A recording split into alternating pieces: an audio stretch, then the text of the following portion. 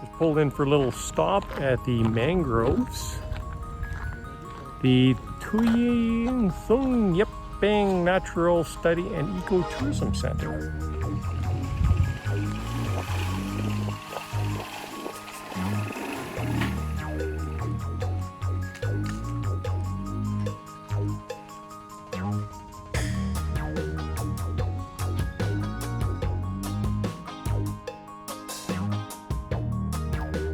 Just behind me here, you can do some kayaking if you're really inclined. But there's a lot of current in these mangroves here. Probably running at around 3 knots right now. So you better be a good paddler, because if you're trying to work your way back this way, it's going to be a lot of work. Enjoyable walking through the mangroves here. They did a good job with the platform. You're off the mud.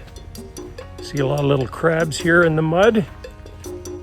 It's enjoyable. To get into the park here, you're looking at about 40 baht. That's just under $2 Canadian.